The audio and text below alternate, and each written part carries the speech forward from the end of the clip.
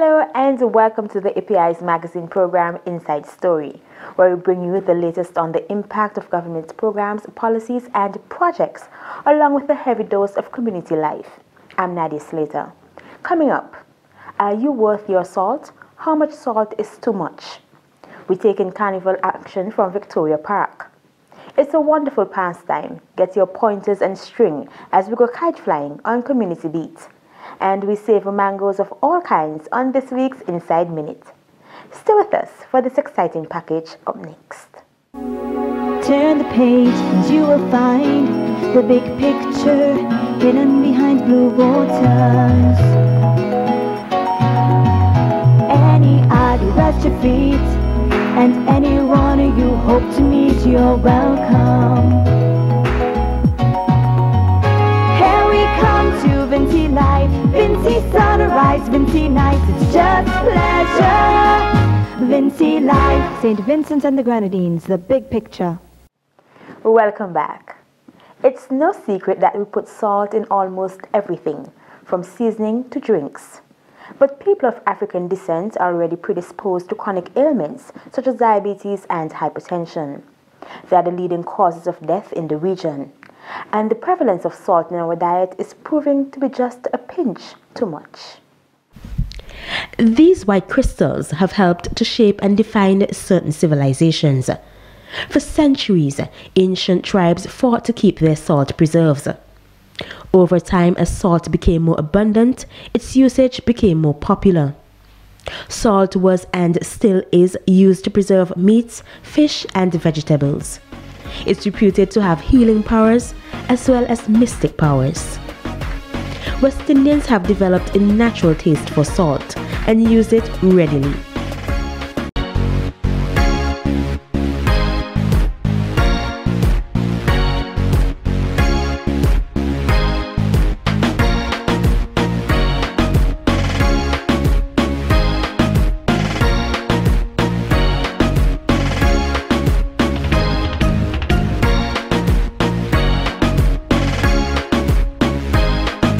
Whatever doesn't taste good enough, just add a pinch of salt.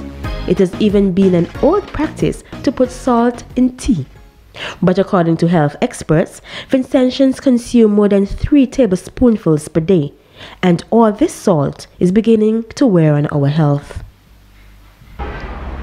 We are told that maybe the normal intake of salt, healthy intake of salt, is probably in the region of 2 teaspoonfuls a day. But most of us take in a lot more than that, 2, 3, 4 times that, based on our lifestyles. What you find, we have a tendency to consume a lot of that because in the morning, for many people, it may be a canned item that is going to be used as part of your breakfast. Or it may be an item from a box.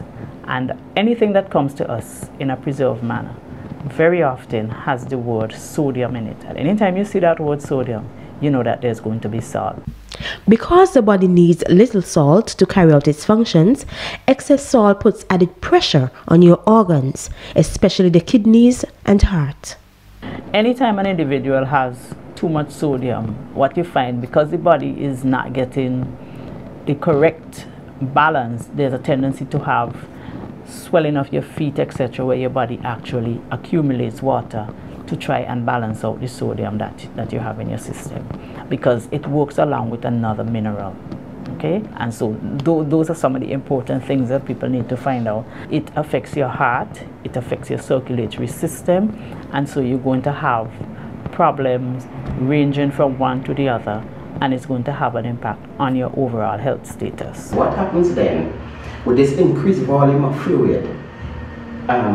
With the more salt, the more water, this increased volume of fluid causes increased pressure in the arteries, okay? And with this increased pressure in the arteries, you have this increased pressure can damage organs. And the organs that can be damaged, the brain, right, the vessels in the eye, the heart. Increasing salt, as I said, increasing salt can cause heart attacks, myocardial infarction, renal disease, right? And one of the things we have to know that the kidney is one of the things that when the blood pressure is really high, that can be damaged, and the kidney is what controls blood pressure. It controls salt without error. So if the kidney is not able to work, salt cannot be regulated, and person ends up with severe hypertension. Our use of salt is even more important, since as a people of African descent, we are already predisposed to developing hypertension. In St. Vincent and the Grenadines, every 1 in 3 adults has hypertension. So with increased salt intake, you have salt attracting water. So the more water, right, the more salt, the more fluid in the body, there's increased volume. Increased volume leads to increased pressure in arteries, what would lead to high blood pressure, or people say hypertension, right? So there is a direct correlation between the amount of salt we take in, sodium chloride, table salt, and hypertension. The major cause of sickness and death are what they call the chronic non-communicable diseases. That is to say, your hypertension, your diabetes, your cancers, your stroke, your kidney disease, things like that. So if you were to go at any clinic around St. Vincent and Grenadines on a doctor's day, and you check the people who are lined up there, the adults who are lined up there, you will find that 80% of them are there for one of these illnesses. It's either hypertension or diabetes or heart disease or something like that. 80% of that. Now, we know that there is a direct relationship between our salt intake and high blood pressure. And we know that high blood pressure predisposes us to stroke and heart disease and kidney disease and those kinds of things. So on the basis of the health information which we have, we can say that salt is implicated in the development of a lot of these health conditions. It is also suspected that salt is linked to cancer. In 2010, the American Institute for Cancer Research concluded that the use of salt and salty foods are a probable cause for stomach cancer. Excess salt also manifests itself in osteoporosis, or weakening of the bones. Salt is one of the components of bone, and as a result, if you take in too much fluid, right, and there is less salt, where you get hyponatremia. In some patients, the mineralization of bone, well, patients can end up with bone softening. Now, what researchers have found is that excess sodium does not necessarily enter a person's diet as a result of salt added to pots when cooking, but from the amount of processed food a person eats, in addition to the traditional uses of salt. But our own experience tells us that based on the way we cook, based on the kinds of food that we eat, that we are taking in a lot of salt. Most of us cook with salt.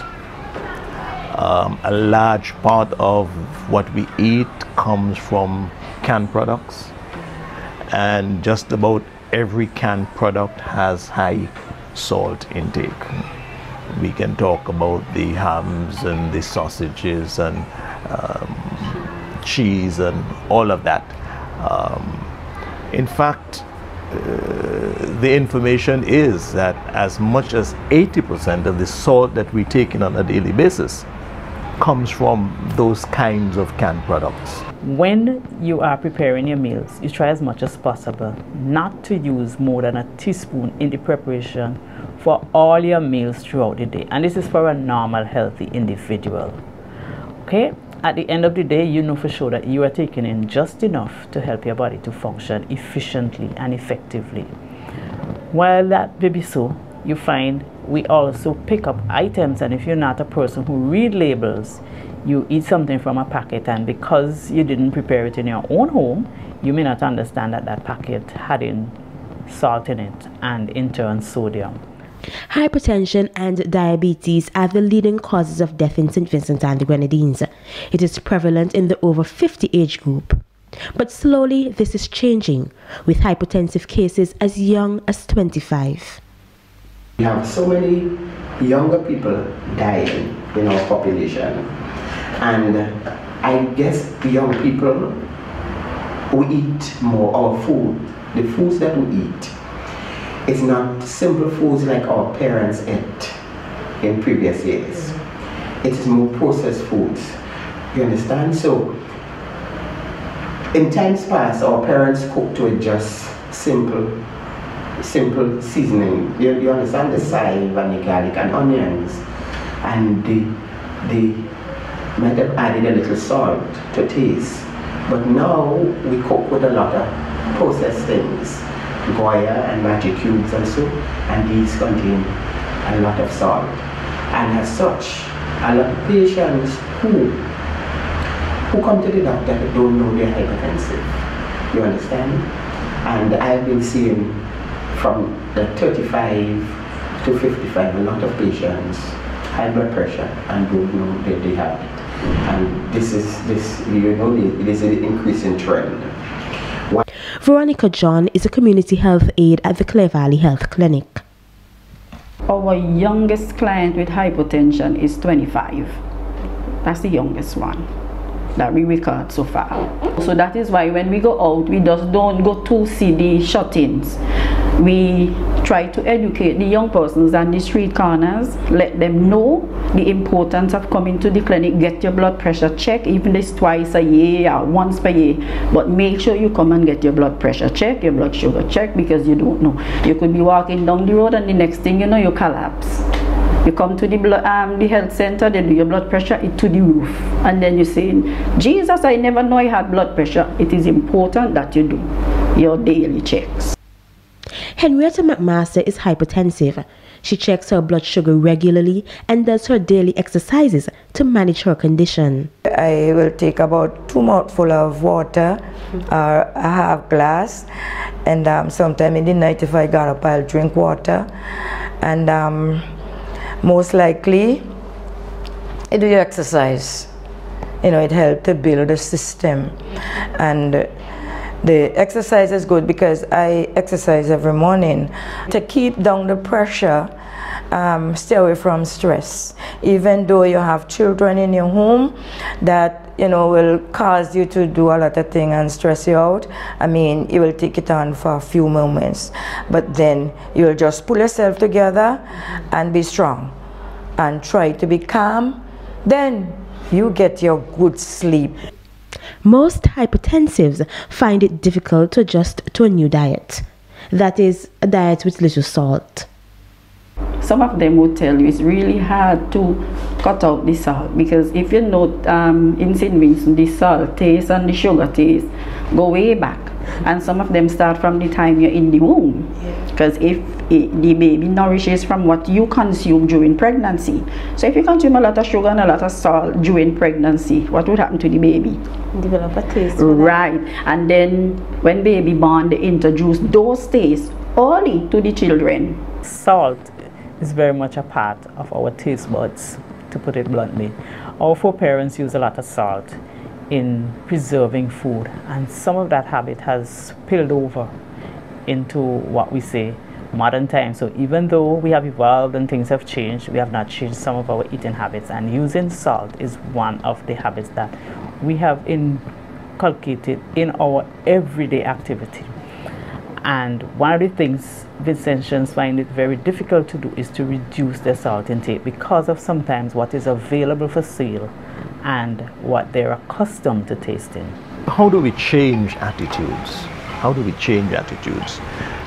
It's difficult, especially when some of the behaviors are institutionalized and acculturized in our society. It's very difficult to change it. But we can go back to the basic principles of behavior changes. One is that people need to have information. One. People, as we give that information, we have to tie that up so that people see how it affects me. You have to say to the guy who is 60 years of age or 70 or 80 or 90 who says, look, I've lived my life. I don't need to worry about that anymore. And say to him, here, if you can remove a lot of the pain and suffering that you will suffer down the road if you do these things. So if you are hypertensive and you're eating a lot of salt, you can say to that guy, if you continue to use that salt down the road, you're almost sure to suffer some kind of heart disease. Your risk of a stroke increases. Your risk of kidney problems increase. In the meantime, you can do something about your salt intake, albeit gradually. So not because the doctor says you're a hypertensive today, you're going to go home and cut out everything that's salt, that has salt in it. It's not that easy. And so you do it gradually. And so you know for sure that these are the high salt items, the corned beef, etc. You make a switch. You look for a commodity that you think will be less salty to use, okay? Why not use some fresh fish instead of using corned beef?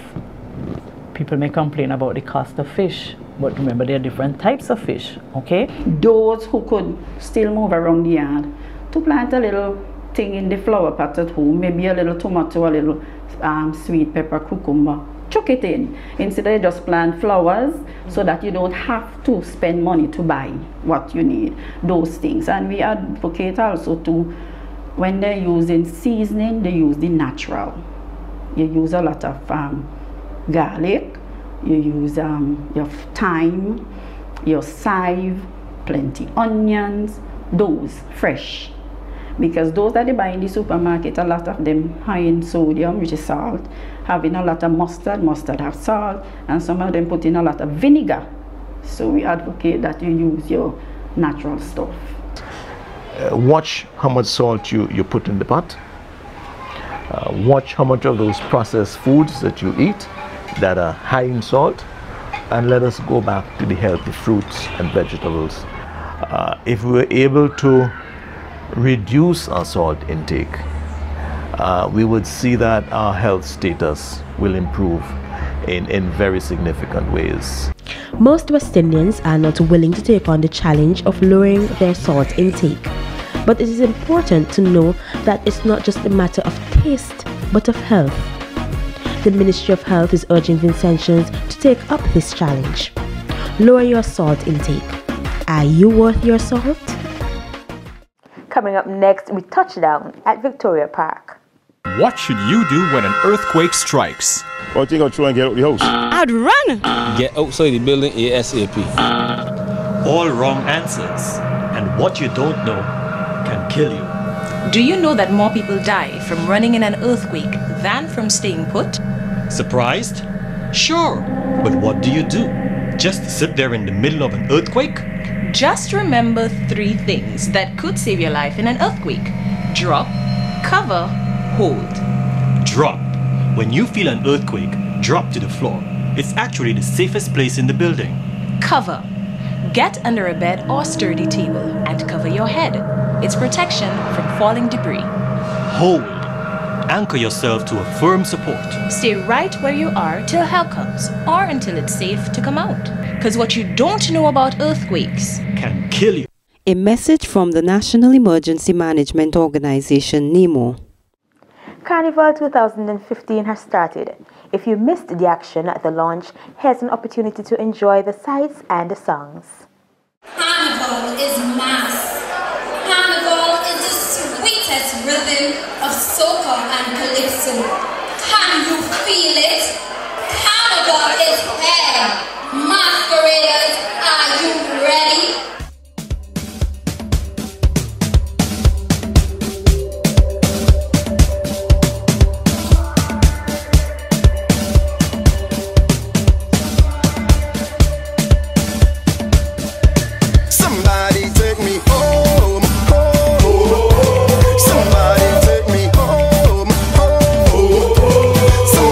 Take me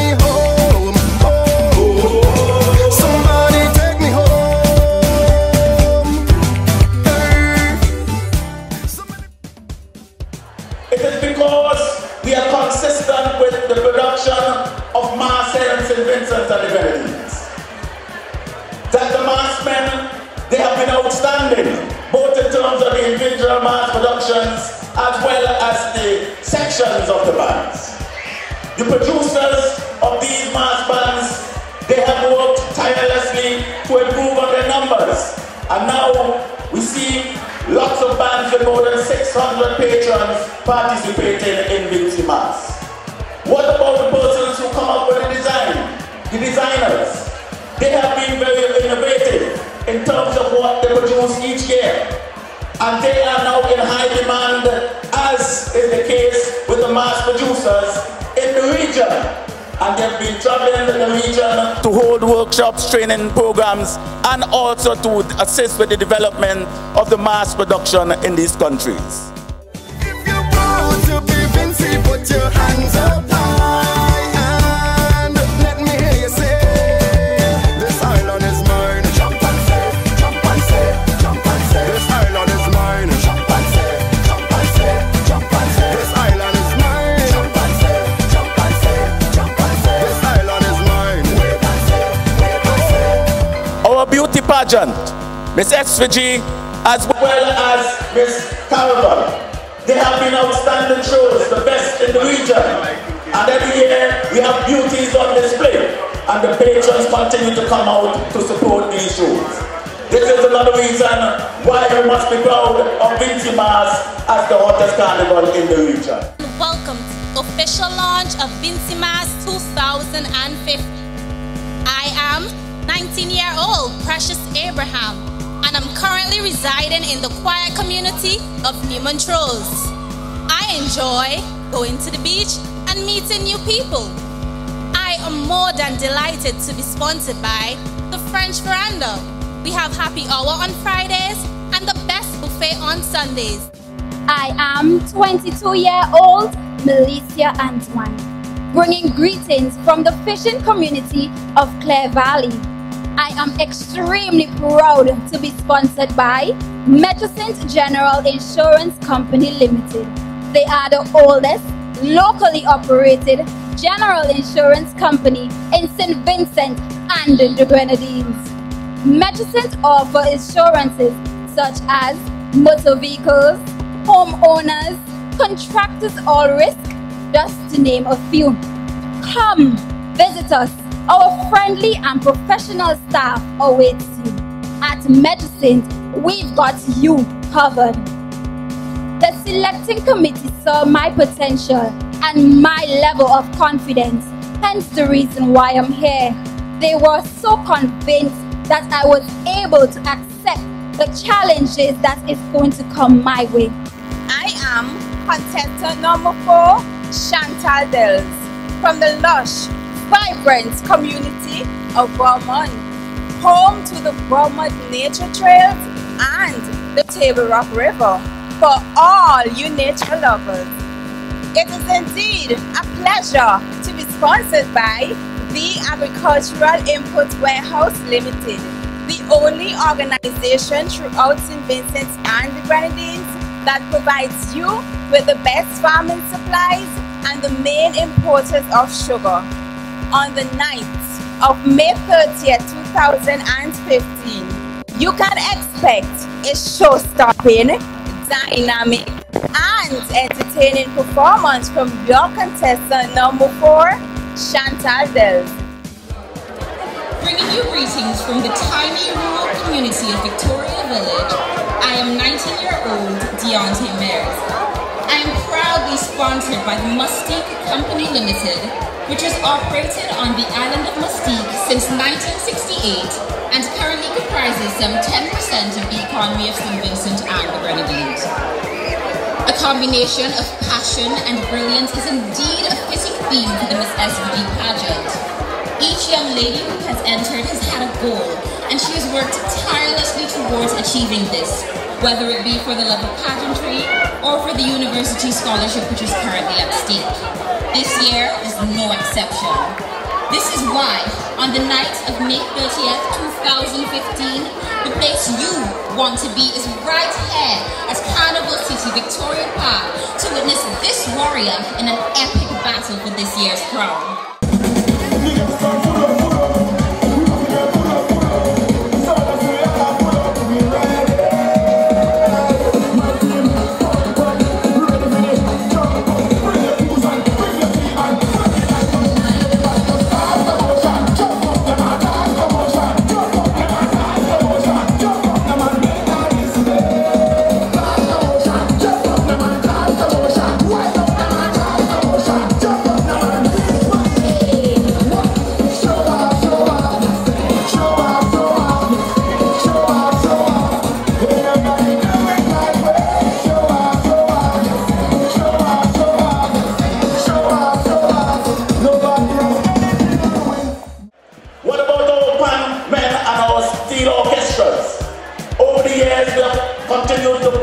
increased the pool that is available for the junior orchestras, and we have now 15 or so junior orchestras that compete in the Junior Pan Festival each year.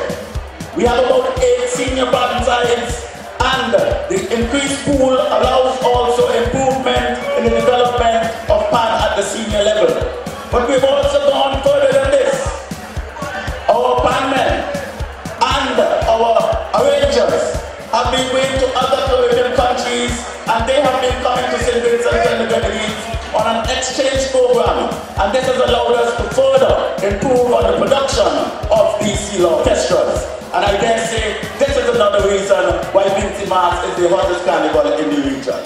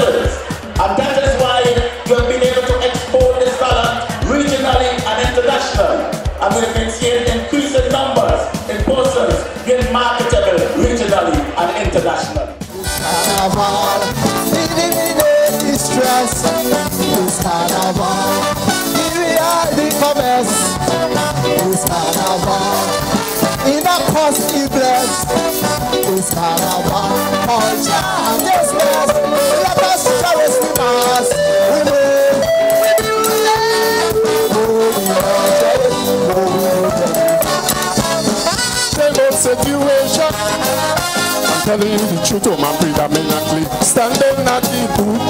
Hey, they just spend all their money buying lot of what cheap. They would spend every dollar trying to buy every number. Some of them have some big books, inviting you to come and tell them, hey, teaching me today. That is what I'm going to play. And when they got my ankle, you would be surprised to hear what the woman does say. Mr. Steely, she locked me out and I can't go home. There's a sporty if I get too drunk and I lose my phone. There's a sporty if the car went down and I reach inside the lane. Hey, if they tell me the venue full of a party by the gate. There's a sporty, there's a sporty, there's a sporty, there's a sporty. Hey, body will be pumping, we feet and liquor buffing. Something nobody ain't cussing, only looking for y'all now. Raise up your hands, up to the sky. Tomorrow, no professor come, let me celebrate life. Tomorrow, no professor come, let me celebrate life. Tomorrow, no professor come, let me celebrate life. Vibes on the top, party mash it up, and you know we don't care. Why don't you do something for me, baby? And I will give you what you want, honey. Why don't you do something for me, baby? Baby, let me see her. You want me better for that? Stop, pop me heads up. You want me to? You want me wide? I want me go who leave the things, jump and spin.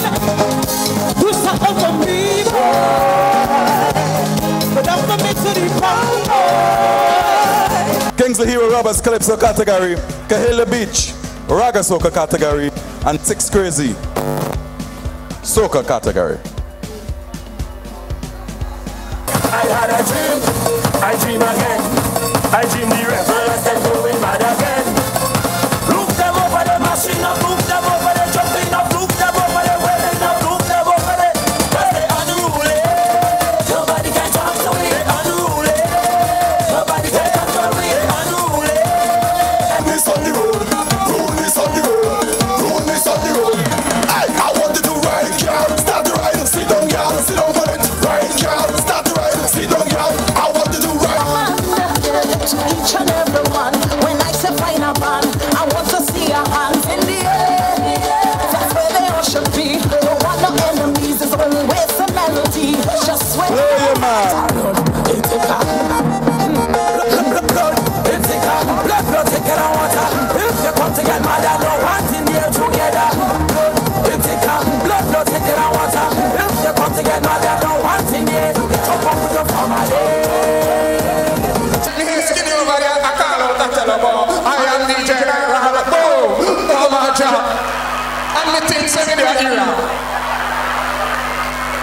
Jojo, I think you went a little too far.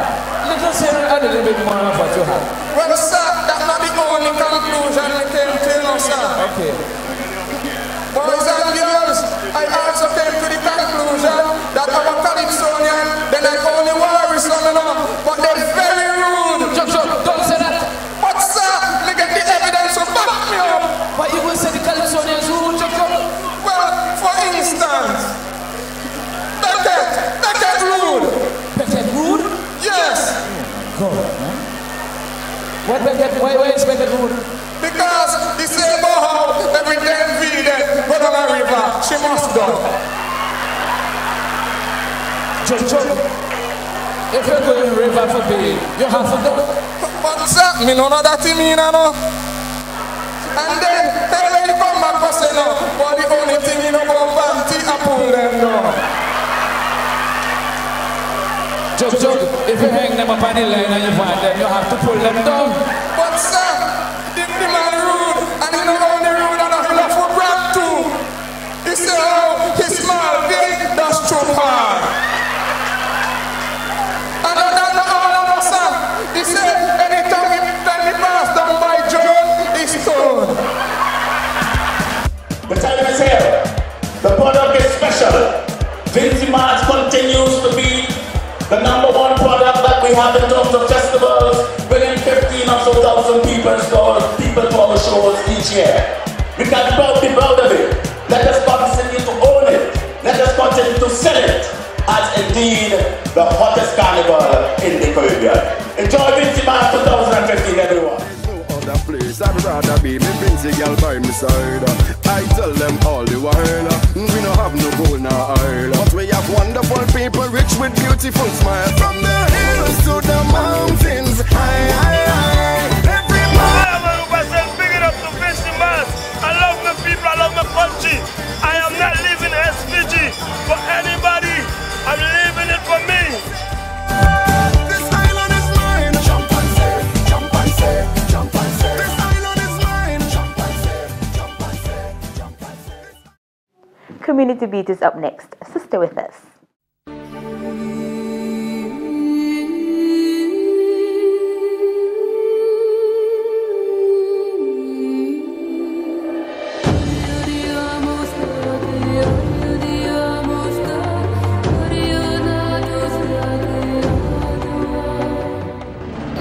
Some fresh local fruits. Don't worry with them, buy some fresh Caribbean fish for me. Don't bother with him, man. You buy some conch for me, man. Tell me about fire, man. Let me tell you about fire, man. I'm moving for the fruits and everybody see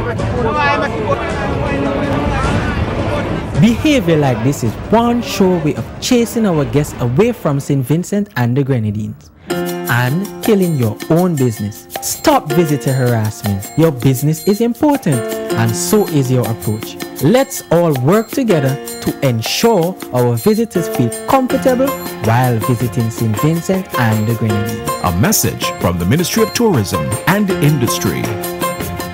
Tourism today, tourism tomorrow, tourism always.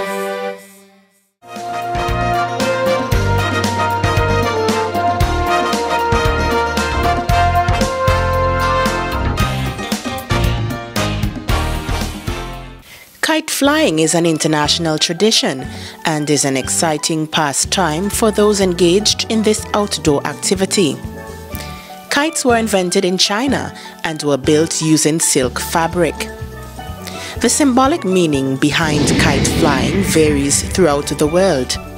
In Asia, kite flying often takes the form of kite fighting, where participants navigate an aerial battle. Tails are usually not used at these events since they may hinder performance. In South America, kite flying is a highly anticipated activity, and in Chile is usually done during independence festivities. For the Europeans, particularly in Greece and Cyprus, kite flying is a big celebration for Clean Monday, the first day of Lent.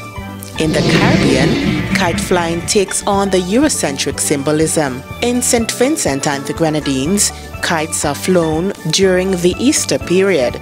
This exercise, of course, involves the making of kites, which is quite an interesting activity. How exactly do you fly a kite?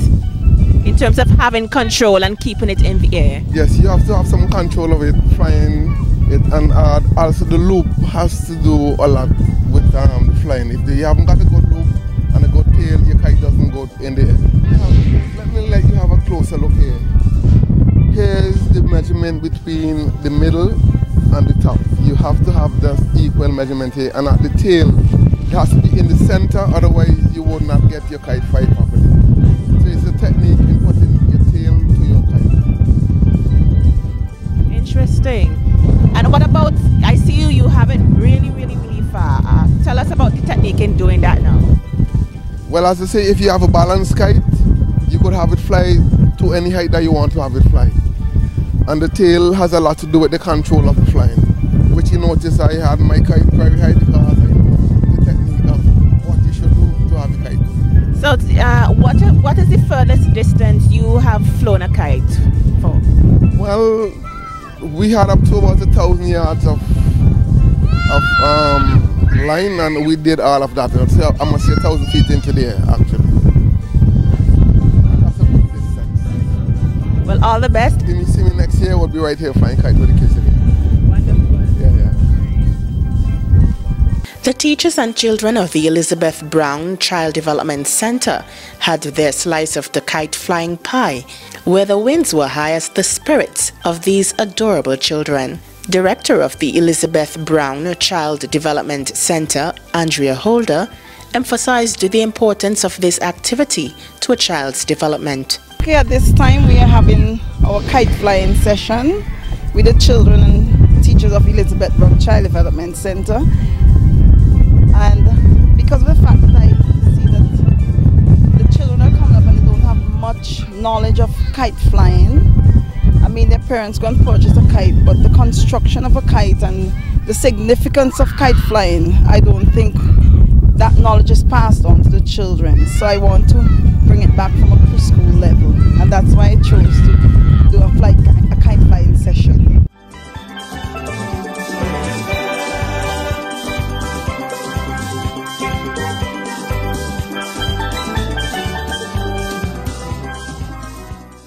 I remember quite a while back that I was looking at the cricket match and I heard the cricket commentator, Mr. Corsia. He is the one who really enlightened me as to the reason why we fly kites. He mentioned that kite flying is symbolic of the resurrection of Jesus Christ. And I think it is very good that the children know what is the reason why we fly kites.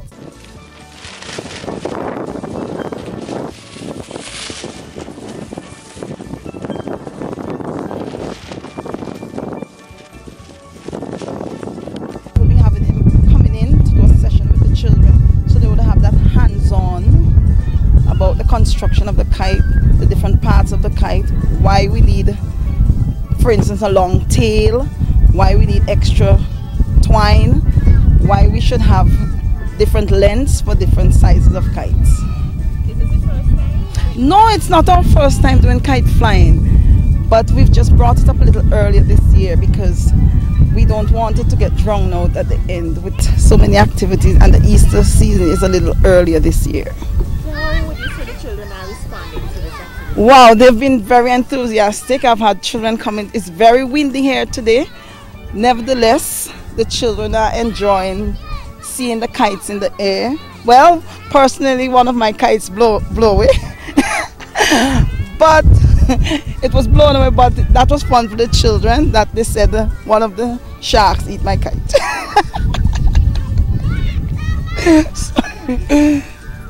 But the children are into it, they're having fun, and parents are involved. I enjoy seeing the fathers coming out and assisting the children to keep their kites in the air, and the children are having fun. They're running around. I see one, he couldn't get it up, but he's running around with his kite nevertheless. Oh great. And so am I. You're welcome. And we hope this would be a trend for other schools, that they would really see and pass on the knowledge to the children at an early stage. Thank you very much. Well, I'm just trying to help my son to get the kite up. He's having a lot of fun. So. Is this the first time? Well, it's the first time I come in with the school, but we did it last year out at Rabaka. Like, I know you're one of many parents. You're one of many parents here, you know. Just explain to us how this helps in terms of the child's development and bonding with the parents. Well, as you can see, we're having fun together. I think that's important. I mean, it's a little bit challenging, and I think overcoming challenges, that's a good thing. And it will help in the child's development. You learn how to do stuff that we used to do back in our days. Instead of sitting in front of the computer and play games, come outside and have a little fun.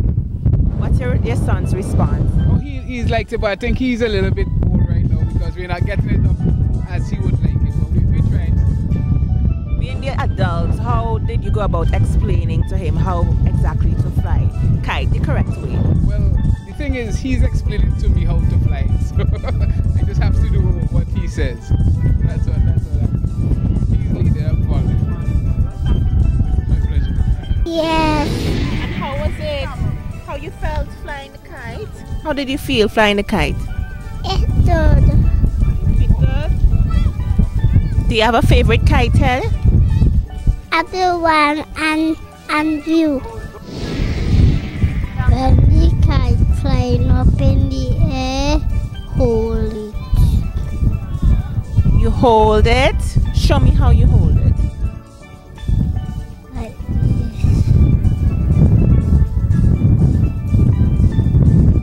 And then after that, what do you do? And when it tangle up, tell somebody to help you. So can we see you fly the kite now? Yes, please.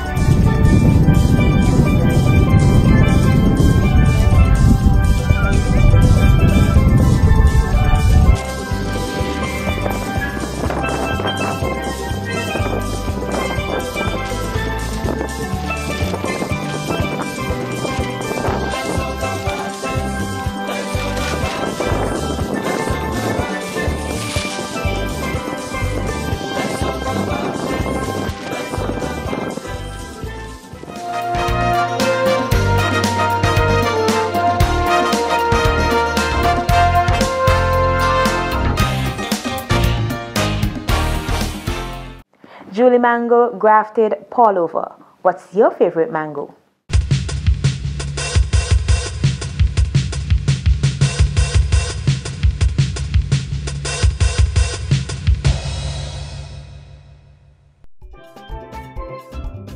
The mango originated in Southeast Asia, where it has been grown for over 4,000 years. Over the years, mango groves have spread to many parts of the tropics, and it's commonplace to find mango trees in almost every part of the Caribbean. Mango trees can grow up to 60 feet tall. The mango tree will fruit 4 to 6 years after planting. In St. Vincent and the Grenadines alone, there are over 50 known varieties of mangoes. Mangoes are comfort foods. Beyond it being delicious and rich in vitamins, minerals, and antioxidants, mangoes contain an enzyme with stomach-soothing properties similar to papain found in papayas.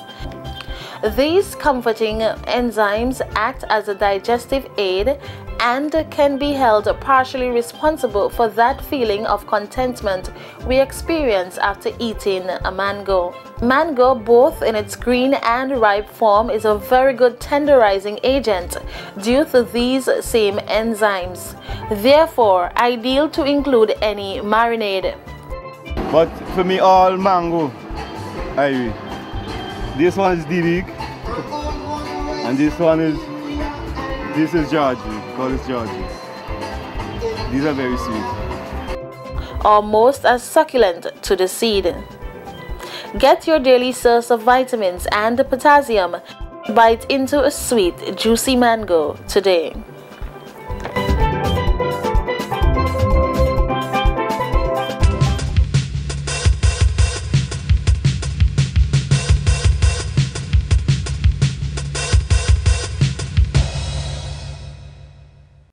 This is where we end today's edition of Inside Story. Remember, Inside Story is a production of the Agency for Public Information. Keep tuning into our programs every Tuesday, Thursday, and Saturday. I'm Nadia Slater. I'll see you next time.